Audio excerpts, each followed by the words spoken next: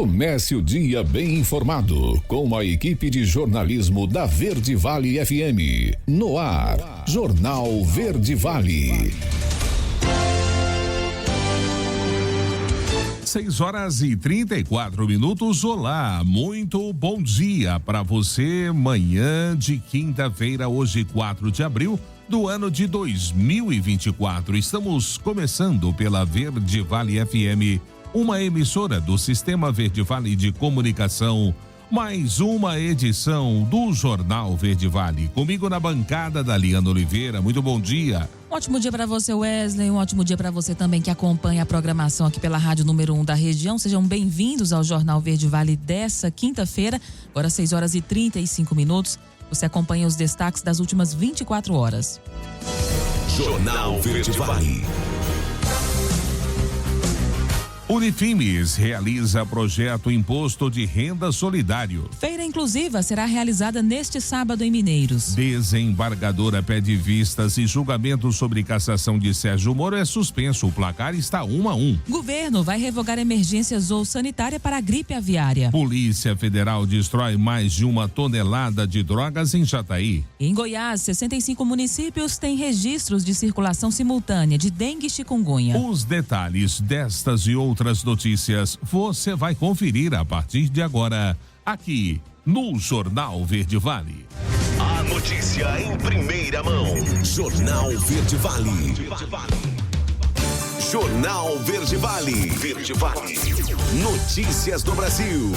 6h35. Mais uma vez, uma ótima manhã de quinta-feira para você. Sejam todos bem-vindos e bem-vindas a mais uma edição do Jornal Verde Vale.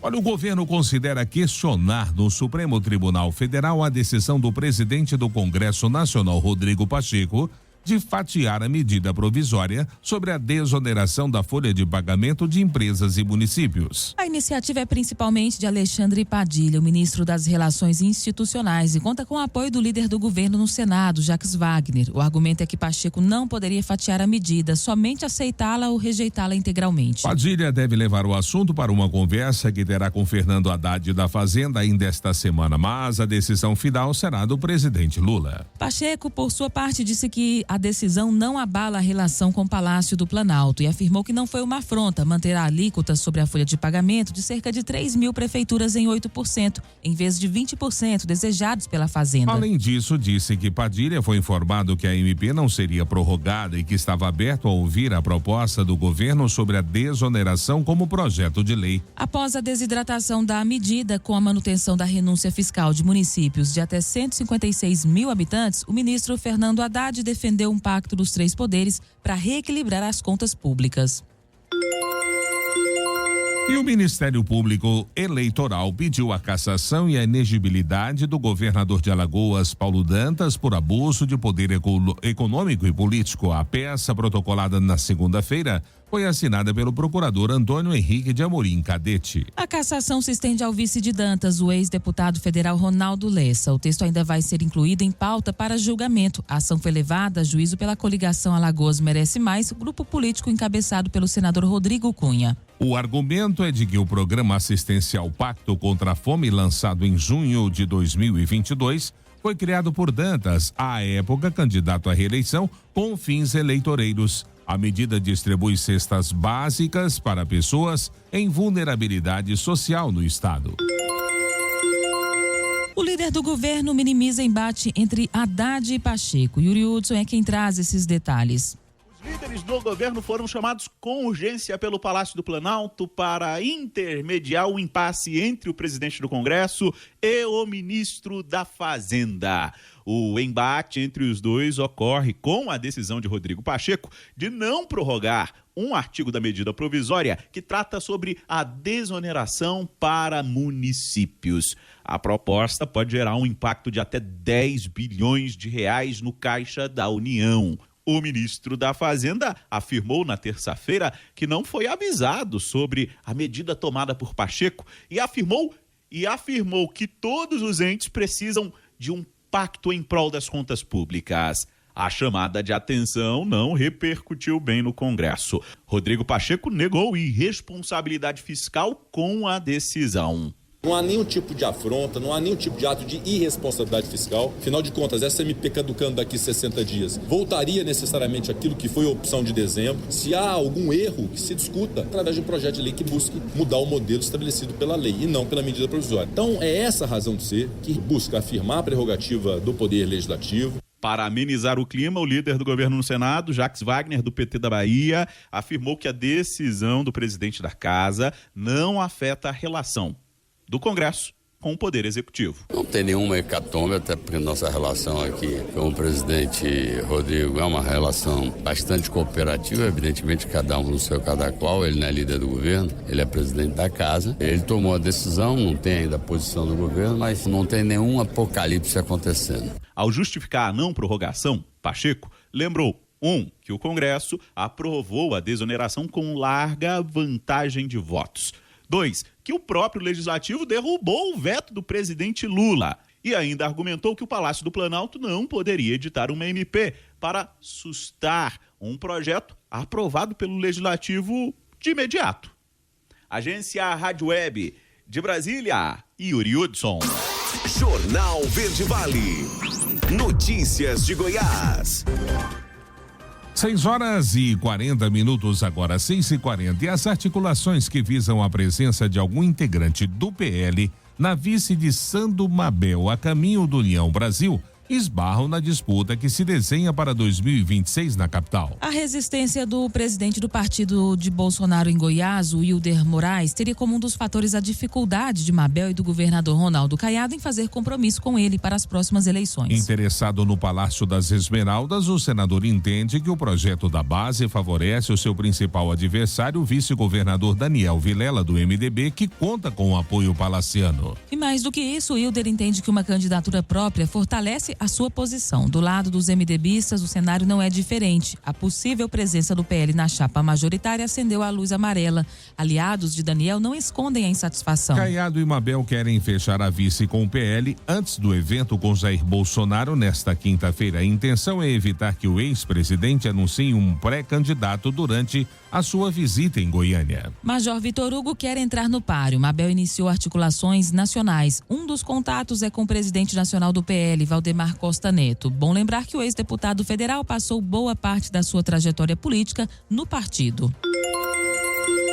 E o presidente da Equatorial Energia em Goiás, Lener Jaime, afirmou nesta terça-feira que não foi surpresa o fato de a empresa ter ocupado o último lugar no ranking da Agência Nacional de Energia Elétrica. Em audiência na Assembleia Legislativa de Goiás, ele disse que o ranking é baseado nos últimos 12 meses. Se nós assumimos em janeiro de 2023 e nossas primeiras ações só conseguiram ser efetivamente implementadas a partir do segundo semestre, não havia possibilidade para outro resultado, enfatizou ele. Lener afirmou que a empresa tem melhorado a capacidade de energia elétrica em Goiás e que essas melhorias não são possíveis em curto prazo, mas que até 2028, quando a empresa encerra o contrato com o Estado, será possível implementar muitas melhorias além das previstas.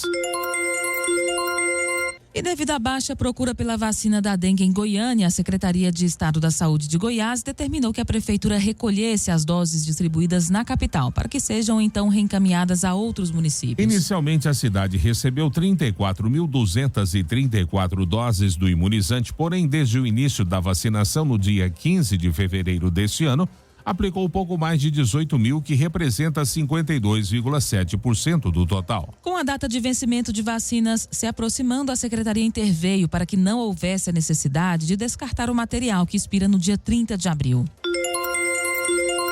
6h43 de abril é o mês considerado de conscientização sobre o combate à crueldade contra animais. Vamos ver o que nos traz esse relato de Túlio Isaac Filho. Bom, entramos no mês de abril e abril é uma data especial principalmente para quem cuida, protege os animais. É um mês de conscientização contra os maus tratos. Abril laranja. Me fala a importância dessa data. Olha, a gente considera uma data muito importante, é um mês que a gente trabalha, além do trabalho aqui na polícia, a gente intensifica a apuração das denúncias e também trabalha a conscientização. Esse ano a gente está com uma parceria com a Secretaria de Educação do Estado para fazer campanhas de conscientização dos alunos, né? Que a gente acredita que assim a gente vai diminuir, inclusive, os crimes, né? Doutora, como é que nós estamos de ocorrências de maus tratos aos animais aqui no grupo? Olha, a gente tem uma estatística que tem aumentado o número de denúncias. Em 2022, a gente teve em torno de 800 denúncias. Em 2023, já partiu para 1.400 aproximadamente. Vem uma crescente? E eu acredito que esse ano vai aumentar um pouco mais. As pessoas estão prestando mais atenção, né? Olhando um pouco mais para essa questão dos animais. Praticamente, né? Muitas famílias têm um animal de estimação, então a gente tem aumentado o número de denúncias. Vamos relembrar de alguns casos. O que vem em mente que a senhora presenciou, que a senhora cuidou de perto? Porque nós tivemos casos de cachorros arrastados, cachorros espancados, tem cachorros violentados, que quando a gente fala dessas ocorrências, o que vem na mente da senhora? Então, eu sinto assim muita tristeza, principalmente os casos em Goiânia. A nossa experiência tem mais omissão de cuidado do que agressão física, né? A gente vê as agressões físicas contra os animais mais comum no interior. O último caso, por exemplo, que a gente fez um flagrante, o animal estava infestado de carrapato. Assim que ele chegou na clínica, ele morreu em 30 minutos, né? Ali durante o primeiro atendimento ainda. E o que mais me chateia é que o tutor do animal era um pai de família, né? Estava lá com a criança, estava desempregado, mas ele amarrou o cachorro no quintal da casa e ainda tinha colocado cacos de vidro ali, eu acredito que para abreviar a morte do animal, né? Para acelerar a morte do animal. E aí você percebe que o tutor está vendo o animal ali definhando, praticamente morrendo, e não se movimenta para cuidar desse animal. E esse tutor contratou um advogado para cuidar dele na audiência de discussão. Então você percebe que não é só uma falta de recurso. Túlio Isaac Filho, da Agência Brasil Central. Jornal Verde Vale. Esportes. 6h46. E na provável despedida de Fábio Matias e na estreia de Romero, o Botafogo é superado em casa e estreia na fase de grupos da Conmebol Libertadores com uma derrota de 3-1 para o Júnior Barranquilla. Baca 2 vezes, uma de pênalti. Fuentes aproveitaram um primeiro tempo muito abaixo da defesa do Botafogo para balançar as redes no Rio de Janeiro. No fim da etapa inicial, Hugo, que originou o pênalti para Júnior, descontou para os alvinegros. O Botafogo volta a campo pela Libertadores na próxima quinta-feira, dia 11 de abril, para enfrentar a LDU. O duelo será em Quito, no Equador, no estádio Casablanca. A bola rola às 19 horas. A primeira derrota de Fábio Matias à frente do Botafogo ficou reservada para sua possível despedida. Prestes a ser substituído por Arthur Jorge, o treinador retorna à comissão técnica permanente com um retrospecto de 8 vitórias, um empate e uma derrota. E falando agora de Sul-Americana, o Cuiabá e o Lanús ficaram no empate em 1-1, jogo válido pela primeira rodada da competição. Pelo grupo G, a partida foi disputada na Arena Pantanal, Casa do Dourado. Com o empate, o Cuiabá e Lanús somam 1 ponto cada na tabela. Outros integrantes do grupo G, Deportivo Garliaço e Metropolitanos, entram em campo nesta quinta-feira, às 19 horas, horário de Brasília, no estado Garcilaso de la Vega. O Cuiabá volta a campo neste sábado pelo jogo de volta da final do Campeonato Mato Grossense. Em vantagem no agregado, o Dourado tenta levantar a 4ª taça estadual consecutiva. Já o Lanús encara o Racing no domingo pela Copa da Liga da Argentina. O time Grená é o segundo colocado no grupo B com 23 pontos. Jornal Verde Vale. Agronegócios. 6h48. O Ministério da Agricultura vai renovar o decreto de estado de emergência zoossanitária em todo o território nacional, em virtude da continuidade de detecção de gripe aviária, a influenza aviária H5N1 de alta patogenicidade aqui no Brasil. O status de emergência sanitária foi declarado em portaria no Diário Oficial da União no dia 22 de maio do ano passado e posteriormente prorrogado por mais 180 dias até 6 de novembro. Ele tem vigência até o dia 3 de maio. Até o momento, o Brasil possui 160 casos de gripe aviária, sendo 157 em animais silvestres e 3 em aves de fundo de quintal, segundo dados da plataforma oficial de monitoramento da doença. É considerado o período crítico para a propagação da doença até o fim de maio, em virtude das rotas migratórias das aves.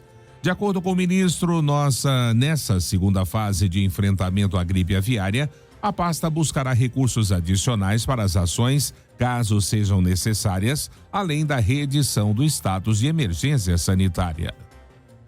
A notícia em primeira mão. Jornal Verde Vale. Jornal Verde Vale. Verde Vale. Notícias do Brasil. 7h03 agora, já de volta com o segundo bloco do Jornal Verde Vale. O ministro de Minas e Energia, Alexandre Silveira, afirmou ontem que Lula já deu aval a uma medida provisória para reduzir a tarifa de energia elétrica. Segundo Silveira, o texto enviado à Casa Civil tem 3 focos. O trecho mais relevante vai permitir securitizar os recebíveis da Eletrobras, cerca de 25 bilhões de reais devidos até 2047, e aplicá-los para quitar antecipadamente 2 empréstimos que hoje pesam para os consumidores: a conta Covid e a conta escassez hídrica. O dinheiro será captado no mercado a taxas baixas, pois tem garantia bastante previsível de recebimento. Os outros 2 focos da medida são segurar preços em estados com tarifas distorcidas e compatibilizar prazos de novas usinas de fontes renováveis, eólicas e fotovoltaicas, com entrada em funcionamento de linhas de transmissão.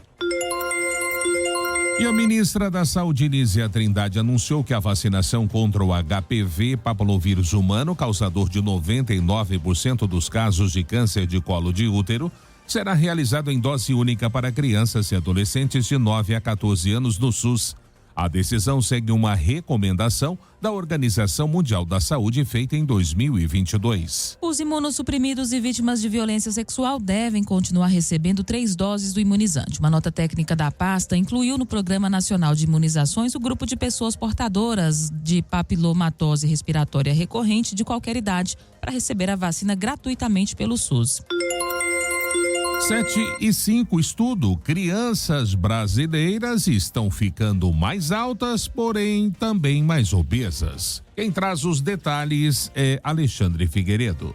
Crianças que nasceram entre 2001 e 2014 no Brasil estão ficando mais altas e obesas. Essa é uma constatação de um estudo publicado na revista The Lancet Regional Health Americas, realizado por pesquisadores do Centro de Integração de Dados e Conhecimentos para a Saúde da Fundação Oswaldo Cruz, o SIDAX Fiocruz, em parceria com a Universidade Federal de Minas Gerais e a University College London. A pesquisa se baseou na observação de dados de mais de 5 milhões de crianças de 3 a 10 anos que foram divididas em 2 grupos. Pesquisadora do SIDAX Fiocruz e líder da investigação, Carolina Vieira destaca quais podem ser as causas desse resultado. Quando a gente pensa no aumento da altura, isso está muito refletido ao desenvolvimento econômico, às melhorias das condições de vida, como a redução da pobreza, o aumento da escolaridade materna, a melhoria do acesso à água potável, saneamento, a diminuição das doenças infecciosas. Por outro lado, quando a gente olha para o aumento das prevalências de excesso de peso e da obesidade, a gente tem que pensar que a obesidade hoje ela é uma doença que envolve diversos fatores, com crianças consumindo cada vez mais alimentos ultraprocessados, o maior comportamento sedentário, com crianças passando mais tempo em frente a telas, o aumento da inatividade física, são alguns desses fatores que podem contribuir para esse cenário. De acordo com o estudo, houve aumento de 1 centímetro na trajetória da altura infantil no segundo grupo, que compreende os nascidos entre 2008 e 2014, em relação ao primeiro grupo, dos nascidos entre 2001 e 2007. Além disso, a pesquisa constatou que, na comparação entre os 2 grupos, na faixa etária de 5 a 10 anos, o excesso de peso aumentou 3,2% entre meninos e 2,7% entre meninas. Já no caso da obesidade, o aumento da prevalência passou de 11,1% para 13,8% entre os meninos e de 9,1% para 11,2% entre as meninas, um aumento que também foi constatado na faixa de 3 a 4 anos, apesar de apresentar percentuais menores. Para a pesquisadora, dados como esses são ferramentas essenciais para direcionar as políticas públicas de saúde na infância. reforçam a necessidade urgente de desenvolver estratégias, principalmente intervenções voltadas para o início da vida dessas crianças, para prevenir o desenvolvimento da obesidade. Então, esse trabalho ele pode tentar e ajudar no subsídio de políticas públicas e ajudar gestores a direcionar essas políticas específicas, principalmente para determinados grupos sociais, como foi o evidenciado no estudo que foi de crianças vivendo em pobreza e extrema pobreza. Os resultados também indicam um desafio para o Brasil, que na última Assembleia Mundial da Saúde, realizada em 2022, firmou um acordo com os Estados-membros para deter a prevalência da obesidade até 2030. Agência Rádio Web. Produção e reportagem, Alexandre Figueiredo. Jornal Verde Vale. Notícias de Goiás. 7h08. O senador Vanderlan Cardoso reafirmou a pré-candidatura a prefeito de Goiânia depois de sair de conversa na noite desta terça-feira com o ex-deputado federal e presidente da Federação das Indústrias de Goiás, Sandro Mabel, que foi lançado à disputa pela base do governo estadual. Apesar da proximidade dos dois e das ofertas e contrapartidas para que desista da candidatura, o PCdista reafirma que não irá recuar. Nos bastidores da base, a informação é de que Mabel ofereceria apoio do grupo governista à reeleição de Vanderlan em 2026 e a candidatura da mulher dele, Isaura Cardoso, à prefeitura de Senador Canedo. Se o perfil desejado pelo eleitorado de Goiânia é de um gestor para ser o próximo prefeito da capital, então poderá ter 3 opções este ano. Sandro Mabel, do Republicanos, presidente da Federação das Indústrias do Estado de Goiás, a FIEG. Senador Vanderlan Cardoso, do PSD, também é empresário do setor de alimentação. E Leonardo Riso, do Novo, conhecido empresário do setor imobiliário na capital. Os 3 administram empresas com faturamentos milionários em Goiás e no Brasil. E turistas começam a pagar a taxa de conservação ambiental para visitar a cidade de Alto Paraíso de Goiás. Além da região da Chapada dos Veadeiros, a cidade abriga o Parque Nacional, declarado Patrimônio Natural da Humanidade pela Unesco em 2001. A taxa ambiental é cobrada no valor de R$20 por visitante, que terá direito à estadia em Alto Paraíso de Goiás de até 7 dias. Se a estadia ultrapassar esse período, a taxa será cobrada novamente e assim por diante.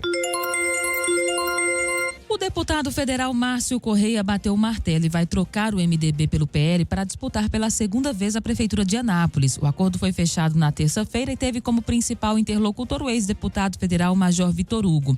Com isso, Márcio Correia garante o apoio de Jair Bolsonaro à campanha eleitoral na cidade. Na eleição presidencial de 2022, o ex-presidente teve mais de 70% dos votos válidos em Anápolis. A mudança de partido foi em comum acordo com o vice-governador Daniel Vilela, presidente estadual do MDB. Que deve continuar apoiando a sua pré-candidatura em Anápolis. Inicialmente resistente à filiação do MDBista, o senador e presidente estadual do PL, Wilder Moraes, concordou no final. 7h11 e beneficiários do IPASGO agora têm desconto em vacina contra a gripe. Quem traz a boa notícia é Marcelo Tavares. Beneficiários do IPASGO Saúde terão 20% de desconto no preço da vacina contra a influenza. A imunização com a vacina quadrivalente, que protege contra 2 subtipos da influenza A e 2 cepas da influenza B, pode ser feita em qualquer unidade da Drogazil e Droga Raia, inclusive as localizadas em outros estados. A redução no preço vai até o dia 31 de maio. O desconto está disponível em 117 unidades de Goiânia e de 21 cidades no interior. O benefício, que reduz o preço de R$ 89,90 para R$ 71,92, atende titulares e dependentes do plano de saúde, além dos colaboradores da instituição, tanto os contratados de forma direta quanto os terceirizados. A vacinação contra a influenza é especialmente recomendada para grupos vulneráveis, como crianças, idosos, gestantes e pessoas com doenças pré-existentes. No Brasil, os testes positivos para a influenza cresceram 63,3% entre os meses de janeiro e março deste ano. Em Goiás, em 2024, foram registrados 17 casos e 3 mortes pela doença. No ano passado, foram 8.601 ocorrências e 68 óbitos. De Goiânia, Marcelo Tavares para a Agência Cora de Notícias. Jornal Verde Vale.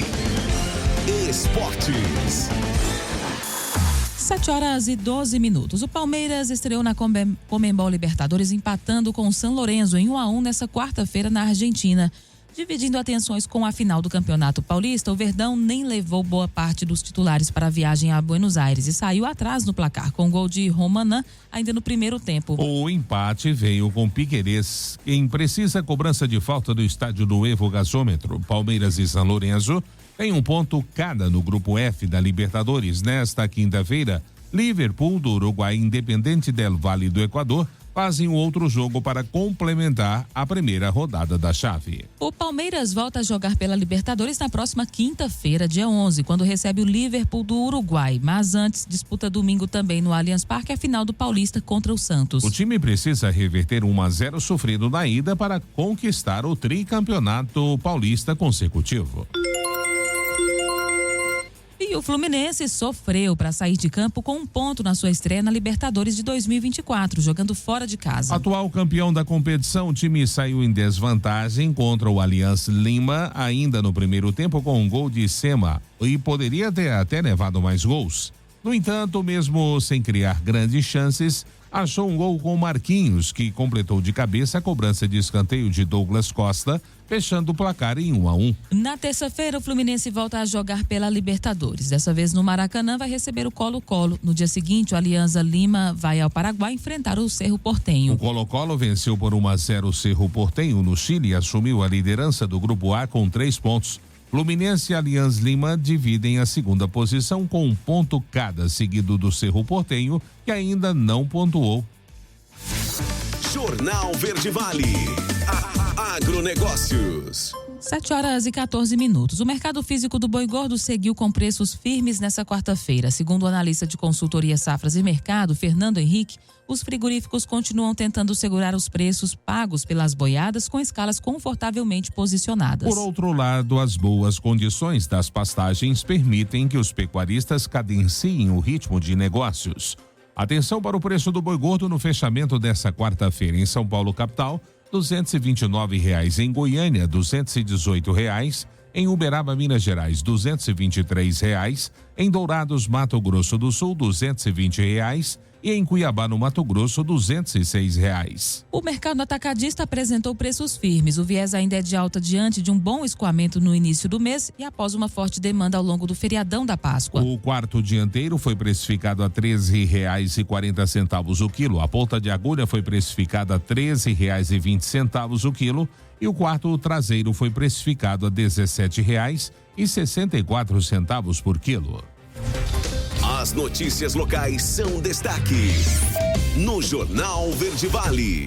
7h15. E a feira inclusiva, cultural, culinária e gastronômica será realizada nesse sábado aqui em Mineiros. E quem explica melhor sobre esse evento agora no Jornal Verde Vale é a coordenadora do projeto Autismo e Inclusão, Valquíria Ramos. O objetivo desse evento é trazer uma oportunidade, empreendedora para as famílias atípicas daqui de Mineiros. Então, para as famílias que têm filhos de autistas, que são autistas. Ele é um evento aberto à sociedade, então qualquer pessoa da sociedade pode participar. Então, é uma feira inclusiva cultural, culinária e gastronômica. Então, nós vamos ter ali barraquinhas, de os produtos comercializados ali serão oferecidos pelas próprias famílias atípicas, e a sociedade vai poder comprar, esses produtos. E, além de tudo, nós teremos também um parque infantil para as crianças.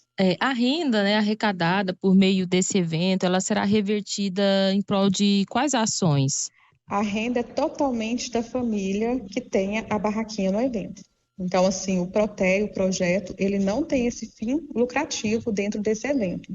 Nós só estamos organizando, em parceria com a Secretaria da Cultura e Turismo, e vários patrocinadores da sociedade, e dando oportunidade para as famílias também terem uma renda extra. Bom, é um evento organizado aí, pelo projeto Autismo e Inclusão. Fala um pouco a respeito do objetivo desse projeto. Então, o projeto em si, ele tem o objetivo de acolher, orientar, e capacitar tanto a sociedade quanto as famílias atípicas. Então, nós trabalhamos assim com um calendário anual, de eventos informais, para famílias atípicas e também eventos dentro de capacitação que que envolve a família e os profissionais da saúde e da educação. Em setembro, por exemplo, nós teremos o 3º simpósio inclusivo, né, multidisciplinar. E no decorrer do ano, a gente tem as campanhas, né, pontuais dentro do autismo. Temos encontros também bimestral de acolhimento para as famílias e dias de lazer na ABB. É importante a gente enfatizar a participação das 2 faculdades de Mineiros, né, a Unifimes e a FAMP, onde os estudantes serão colaboradores, né, ali na organização e também no acolhimento, né, do público participante ali no dia da feira. Então será agora no dia 6 de abril, sábado, a partir das 14 horas, lá no Centro Cultural, né, na Secretaria de Turismo e Cultura de Mineiros. Então, a nossa feira cultural, culinária e gastronômica de famílias atípicas empreendedoras. 7h18, último intervalo do Jornal Verde Vale desta quinta-feira. No próximo bloco, Unifimes realiza projeto Imposto de Renda Solidário. E desembargadora pede vista e julgamento sobre cassação de Moro é suspenso. O placar fica em 1-1. Claro, também espaço para as nossas notícias locais. Não saia daí, a gente volta já, trazendo tudo em detalhes para você. Jornal Verde Vale. Jornal Verde Vale. Verde Vale. Notícias do Brasil. 7h29, já de volta com o último bloco do Jornal Verde Vale desta quinta-feira, hoje 4 de abril. Olha, o Tribunal Regional Eleitoral do Paraná suspendeu o 2º dia de julgamento das 2 ações de investigação judicial eleitoral que pedem a cassação do mandato do senador Sérgio Moro após a desembargadora Cláudia Cristina pedir vista, ou seja, mais tempo para analisar o caso. A sessão dessa quarta-feira terminou com um empate por 1-1 após o desembargador eleitoral José Rodrigo Sade ir contra o relator Luciano Carrasco Falavinha Souza e votar pela cassação do mandato e pela inelegibilidade. O julgamento será retomado na próxima segunda-feira. Moro e os suplentes Luiz Felipe Cunha e Ricardo Augusto Guerra respondem por abuso de poder econômico na pré-campanha eleitoral de 2022. Após a segunda sessão, Gustavo Guedes, responsável pela defesa de Moro e dos suplentes do senador, afirmou que Sade seguiu o voto e o parecer do Ministério Público. O Instituto Nacional de Estudos e Pesquisas Educacionais Anísio Teixeira, o INEP, divulgou nesta terça-feira os resultados do Índice Geral de Cursos Avaliados da instituição. Ele avaliou 1.998 instituições de educação superior, sendo públicas e privadas. Segundo o levantamento, 27,7% das instituições, ou seja, 554, tiveram o melhor desempenho, ficando entre as faixas 4 e 5 do indicador. Outros 60,3% obtiveram nota 3, 11,7%, 234 ficaram na faixa 2 e 0,3, ou seja, 6, ficaram na faixa 1 com o conceito mais baixo. Entre as instituições públicas federais, 94 das 111 avaliadas obtiveram IGC 4 ou 5 e nenhuma ficou nas faixas 1 ou 2 do indicador. O número de instituições comunitárias nas faixas 4 e 5 passou de 31 para 39 entre 2018 e 2022. Já as privadas com fins lucrativos, que representam 53% ou 1.503 das avaliadas, aumentaram de 183 para 215 instituições com IGC igual ou 4 ou 5 no mesmo período.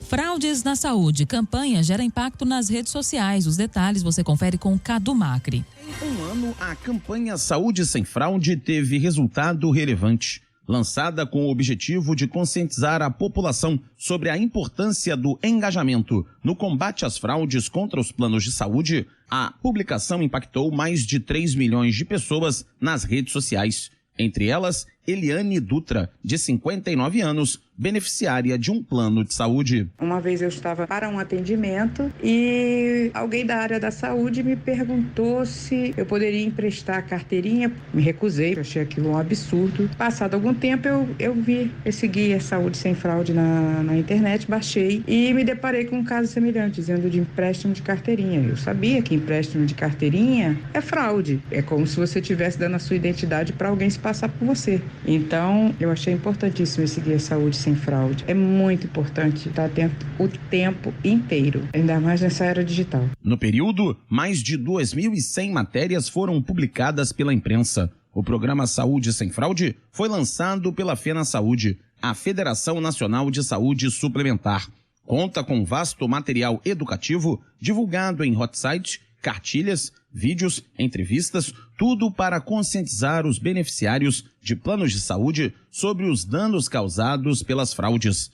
Para Vera Valente, diretora executiva da FenaSaúde, foi um ano positivo, pois as pessoas passaram a entender, por exemplo, que 2 notas fiscais para uma mesma consulta é fraude. A conscientização, que era o principal objetivo, eu acho que ela foi muito rápida e muito importante. Com o engajamento da imprensa, com o engajamento da mídia. A gente tem percebido também os médicos mais engajados, mais conscientes, que a maioria dos profissionais médicos, eles atuam da forma correta e ficam muito incomodados ao verem que, de repente, pode passar uma mensagem de uma categoria por causa de um número muito pequeno que atua da forma indevida. Vera Valente lembra que o tema também foi debatido pelo Judiciário em eventos organizados por entidades que representam o setor produtivo, demonstrando o interesse da sociedade pelo combate às fraudes. As práticas fraudulentas comprometem a operação dos planos de saúde e causam impactos financeiros expressivos. Nossas empresas e a FenaSaúde, nós tivemos um enorme crescimento de ações cíveis, notícias crime, buscando punir. Então teve um crescimento, eram 40 e poucas ações em 2018, nós temos mais de 2.000 ações em 2023. Então houve aí uma mobilização também para buscar punir e ter um efeito demonstrativo de que isso é crime e que isso tem consequência. A realização de fraude em saúde é caracterizada crime e tem entre as consequências o descredenciamento do prestador, passando pela demissão do beneficiário e até mesmo a prisão por estelionato ou lavagem de dinheiro. Para mais conteúdos como este, acesse o site Notícias do Seguro. A Agência Rádio Web, produção e reportagem Cadu Macri. Jornal Verde Vale. Notícias de Goiás.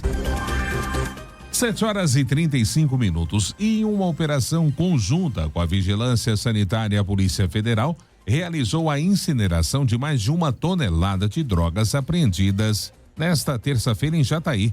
Essa ação é parte de uma série de operações de combate ao tráfico de drogas realizado pela Polícia Federal ao longo do ano de 2024 na região. A incineração das substâncias é uma medida de segurança crucial para garantir que as drogas confiscadas não retornem ao mercado ilegal. Além disso, essa ação tem um impacto significativo no combate ao tráfico de drogas e na redução da violência associada a esse tipo de crime. Além disso, a quantidade de drogas destruídas representa um golpe para as organizações criminosas que atuam na região.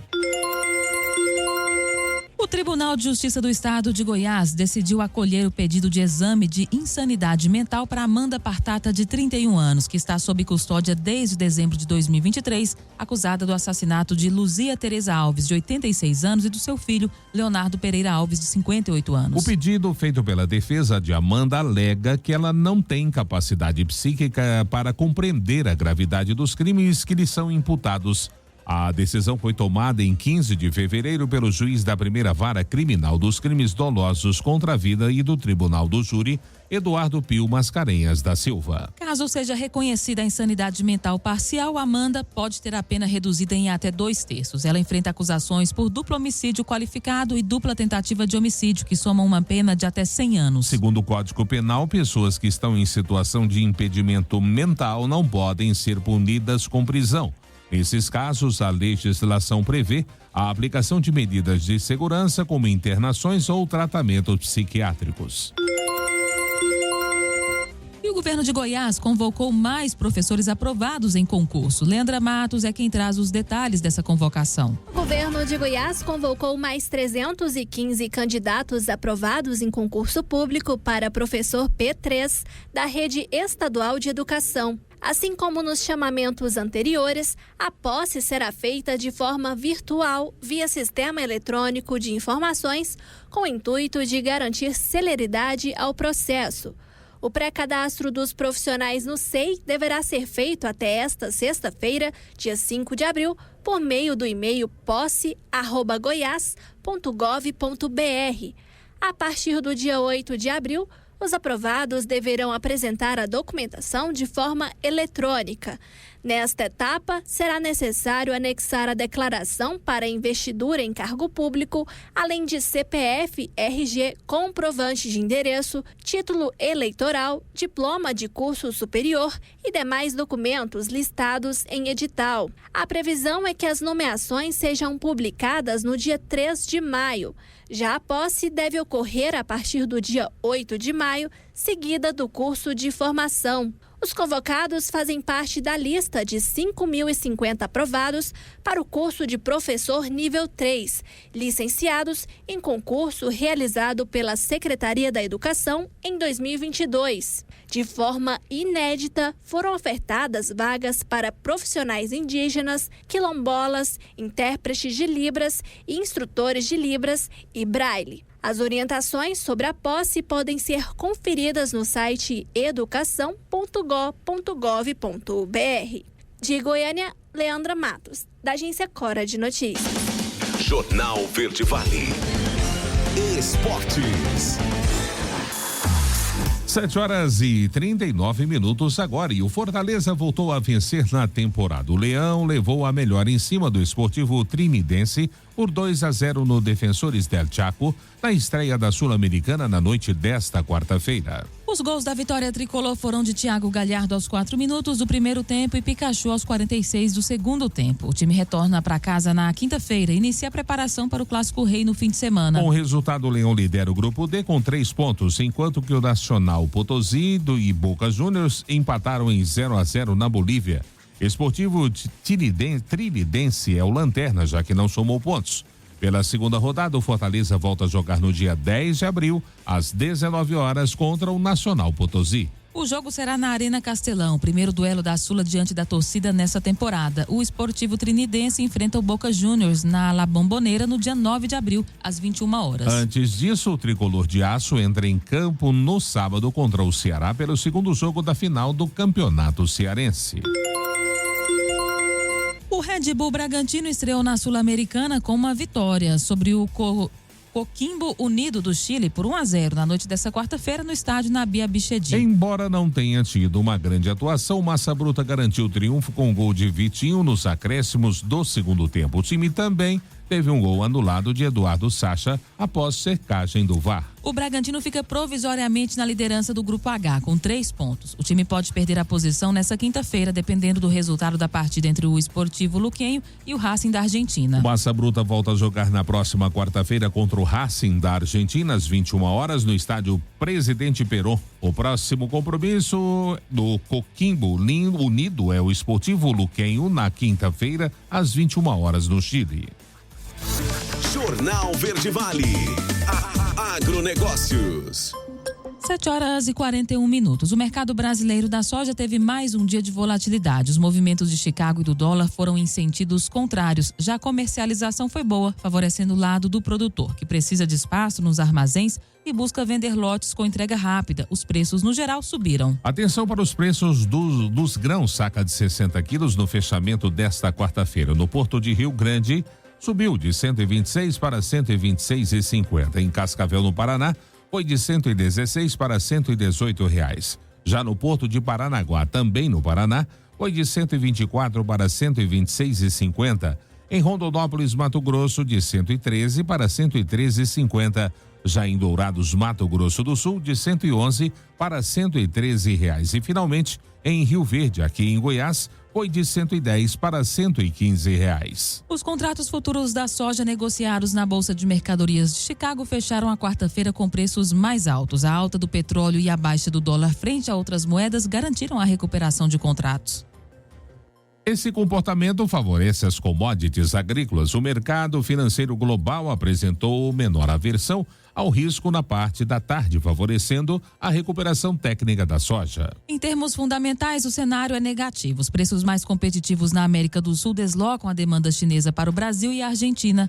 Amanhã saem dados de exportações semanais do Departamento de Agricultura dos Estados Unidos e o mercado aposta em número entre 250 mil e 700 mil toneladas.